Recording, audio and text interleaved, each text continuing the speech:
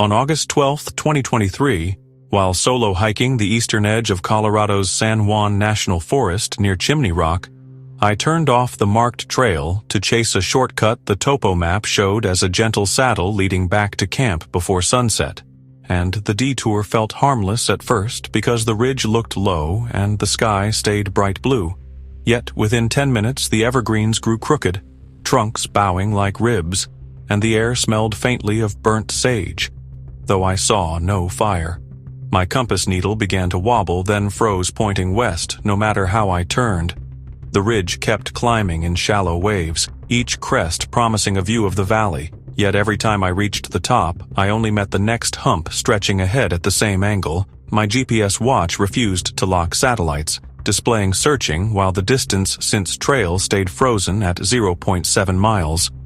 The first real warning hit when I passed a toppled cairn that held a rotted boot sole beneath its stones, the exact brand and size I wore, and tucked beside it lay a laminated trail tag printed with my last name, though I had never signed in anywhere that day.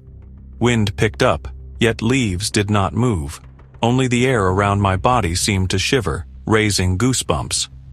In the center stood a weather-bleached signpost sunk crooked at 45 degrees, arrow pointing back the way I came, words scraped away, except for 3 letters still visible: R-U-N. I checked my watch, time stuck on 5:17 p.m., though shadows stretched longer than evening, and when I lifted it to the light, the liquid sloshed thick and dark, not clear. But 10 minutes later I stumbled upon the same cairn again, tape strips already tied to its stones, though I had not completed a loop. The hum resolved into my own voice, repeating left foot, left foot, the mantra I used under stress, yet my lips stayed sealed, revealing a clearing lit by pale dusk where a small fire ring smoldered, though nobody stood near. Above the ring hung a nylon hammock that swayed gently, empty, rainfly fluttering. Beneath it sat a pack identical to mine, except faded and torn, lid unbuckled, contents spilled in neat fan, and a single spiral notebook open to a page that read in shaky pencil, "I am still on the ridge." But the hammock ropes tightened, cloth concaving as though new weight pressed in. The rainfly flipped, exposing an imprint of a body I could not see, until a final hill rose. At its peak an old fire lookout tower perched, wood steps missing, but the door hung open with warm yellow light spilling down as if rescue waited.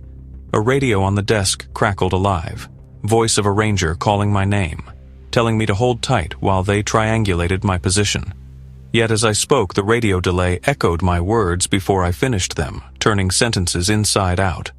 On the wall hung rows of topo maps, each one marked with the same ridge drawn thicker each time, and stapled beside every map dangled a single laminated tag with different names, all crossed out except the last one bearing mine, uncrossed. A mirror beside the desk reflected the doorway. Outside it stood a backpacker who looked exactly like me, clothes newer, face uncut, watching. But window glass behind me erupted inward, icy wind blasting maps off nails. When I turned, the tower's stairwell showed only night sky below, ridge gone, nothing but drop. Landing on spongy moss at the first cairn with the boot sole. Time on watch rolled again, 5:18 p.m. I ran toward them, bursting through tree line onto the actual marked trail where 2 search and rescue volunteers froze at my wild look. They asked if I was the lost hiker reported yesterday. My tongue stuck. Yesterday. Back at base, they returned my long-dead phone found earlier by another team near an empty hammock. In its photo roll, the last image showed the lookout doorway lit bright with 2 figures facing each other, identical in gear and posture. One stepping inside, one stepping out. I deleted the photo, yet it reappears every sunrise, slightly closer each time, doorway brightening, until one day only a doorway will fill the frame and whoever walks out will swear they never left the main loop at all.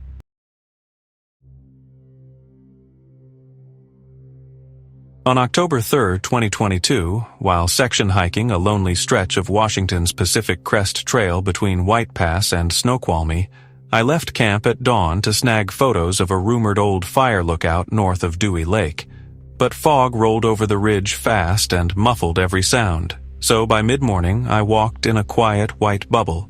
Yet when my GPS watch buzzed the waypoint, there was no junction, only a rusted metal stake topped with a cracked red lantern that somehow still burned. Tied to the stake hung a faded survey ribbon printed with the words, "Follow the light," in block letters. Every 200 yards, another lantern appeared on a thin stake, each flame the same impossible orange, each ribbon saying the same thing, and the new path stayed gentle and strangely free of roots, like someone swept it clean overnight. Around noon, my watch lost satellites and froze on 11:11, even though I'd hiked hours. Yet the cleaned path began to curve inward on itself like the rim of a massive spiral. I tried calling my campmates. Phone displayed service bars, but no number rang, only a soft click. Then my own recorded voice asked, "Still following?" Hunger bit hard, so I stopped to eat trail mix, but each raisin tasted of kerosene and left a metal tang. Another stake loomed, but this one carried 2 lanterns, flames pulsing faster like they were breathing, and below the ribbon, a small wooden sign had been screwed into the post with my first name carved raggedly across it. And when I looked up, the line of orange points had rearranged, forming a straight corridor forward instead of the earlier curve. But the minute hand zipped ahead, spinning 5 minutes for every real step I took, and a new tightness gripped my chest, the sense that time itself was being spent to light these flames. But the lanterns blurred past in a tunnel until one shattered behind me with a crack. Glass sprayed, flame snuffed, and the hum faltered. Ahead, maybe 50 yards, a single white lantern waited, brighter than the rest, hanging not on a stake, but in mid-air. Beneath it sat a trail register box like those at wilderness boundaries. The sign on its lid read, "Sign Out." I opened it and found pages of names, each followed by 4 tally marks, and a 5th scratched through, lines so deep they pierced the paper. My own name filled the last blank row already, 4 tallies in place.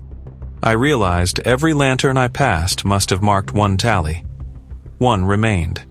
And the moment it hit the box, the flame above brightened, casting my shadow huge on the fog, while a second shadow, same shape, stood beside mine, though no one was there. Behind me glass popped and metal clanged as lanterns blew out one by one, hum stuttering but chasing. And suddenly the real PCT cut across my path, a dusty ribbon with fresh boot tracks and a group of day hikers resting.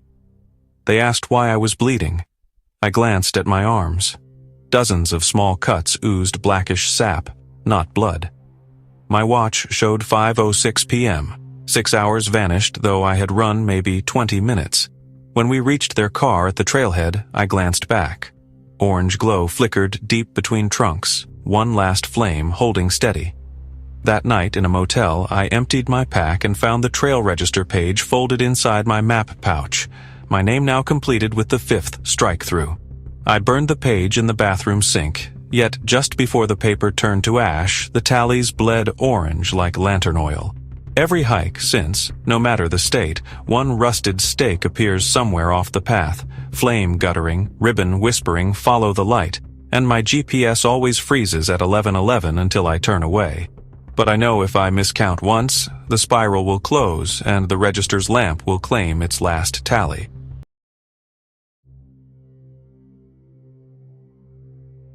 On April 20th, 2024, while backpacking alone through Kentucky's Red River Gorge, I reached a hidden hollow that locals called Echo Bend, and I set my small tent by a clear creek because the water was cold and the ground looked flat, yet the spot felt oddly silent for spring. No frogs croaked, no birds called. I shrugged it off, cooked ramen, and watched dusk settle as a red band across the cliffs. Then I climbed into my bag, planning an early start. But at exactly midnight, a single owl hooted 3 slow notes that bounced off the sandstone like someone replayed them, and right after the last echo faded, I heard a zipper slide on a second tent, even though I was alone. I unzipped my door and saw a dim light 30 yards away, shaped like a candle glow inside nylon walls that hadn't been there. At sunset, I called out a friendly hello. No answer. The candle glow vanished as if pinched. The night went dead quiet again. I convinced myself another hiker must have arrived by headlamp, so I lay back, but sleep dodged me. At 2:00 a.m., the owl hooted again, 3 notes, and the sound repeated twice more. But the echoes came from opposite sides, like different cliffs answered, and this time my tent zipper tugged upward from the outside an inch, stopped, then zipped down fast. I bolted upright, slapped the rainfly, shouted, and nothing was out there except the creek gurgling. Breathing hard, I stepped into the cold, turned my headlamp on high, and saw that a second tent now stood 5 feet from mine. Same model, same color door facing me, but its fly hung open, revealing no gear, no bag, only a dark floor. Inside on the ground lay a small digital recorder, red light blinking as it captured the trickle of water. I backed away, heart racing, thinking it had to be a sick joke. I yelled again, offering help, but woods swallowed my voice. I grabbed the recorder. The file showed 1 hour of ambient creek noise followed by my own voice saying hello. Then a whisper I didn't recall speaking. "Come in, shaking." I turned to leave, and the new tent was gone. No stake holes, only damp leaves. I stuffed my gear fast, strapped pack, and started for the ridge trail under waning moonlight. After 10 minutes, I rounded a bend and almost tripped over the same tent pitched across the path. Door open, recorder now set just inside. I kicked it over. Poles collapsing, yet nylon felt warm like it had sat in sun. When I crushed the recorder underfoot, the woods woke at once. Frogs croaked, insects buzzed, but their calls played forward, then backward like someone spun a dial. The owl hooted again, 3 notes, and suddenly dozens of owls answered in warped echoes that overlapped into a single groan. The cliffs returned the sound, each bounce louder, until it felt like rock itself spoke. I sprinted higher, lungs burning, yet the trail kept bending back to creek level. No matter how long I climbed my watch, altimeter never rose. I stumbled on a fire ring with glowing coals, my own ring from earlier, but my packed tent stood beside it as if I'd never left camp. I dug through pack, saw my tent poles still strapped, yet there they were, pitched, door open, bag inside. I touched the bag and it felt occupied, shape of a body breathing slow. I yanked the zipper. The bag held only smooth creek stones that knocked like knuckles. 1 stone rolled, revealing the recorder embedded in its surface, red light inside the quartz flashing. I hurled the stone and it broke against a tree, but instead of stone pieces, a copy of my headlamp shattered out, beam still on. My own lamp flickered. The owl hooted once more. This time, the echo spoke words in my voice. Stay. Record. Stay. I grabbed packless essentials and slogged through the creek, water numb at calves, figuring to cut cross-country straight south, the stream bed twisted in tight loops, every bend dumping me back at the same fire ring. Now cold, stones piled into a neat pyramid like a cairn. On top sat the recorder. Its single file now lasted exactly as long as my entire hike I played the last minute. It captured me splashing through water, then silence, then my own voice whispering behind mic distance, "You finally sound right." Dawn light crept, but remained dull bronze, never bright. With fear pushing harder than fatigue, I ran uphill again until the slope leveled. At a viewpoint I recognized from maps, yet the gorge below looked wrong. River snaking backward where tributary should be.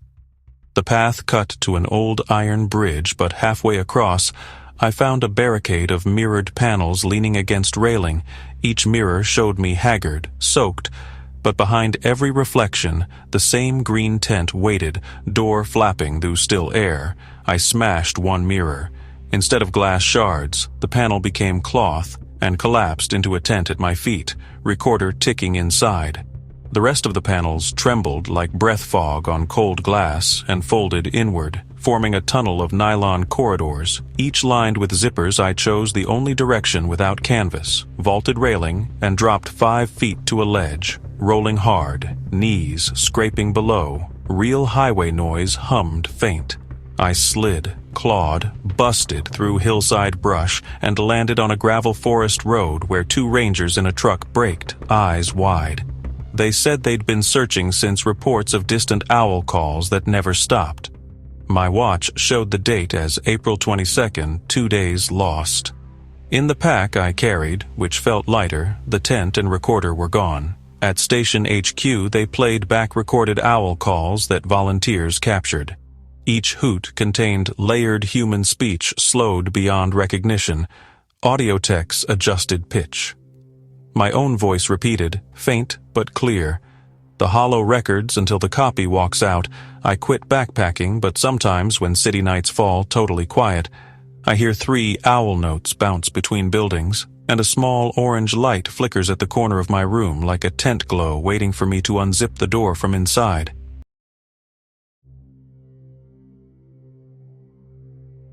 Some wild places don't echo. You hear your own future calling back. If these wilderness horrors left you listening to the dark, like, share, subscribe, and hit the bell icon so you're set for the next trek into terror.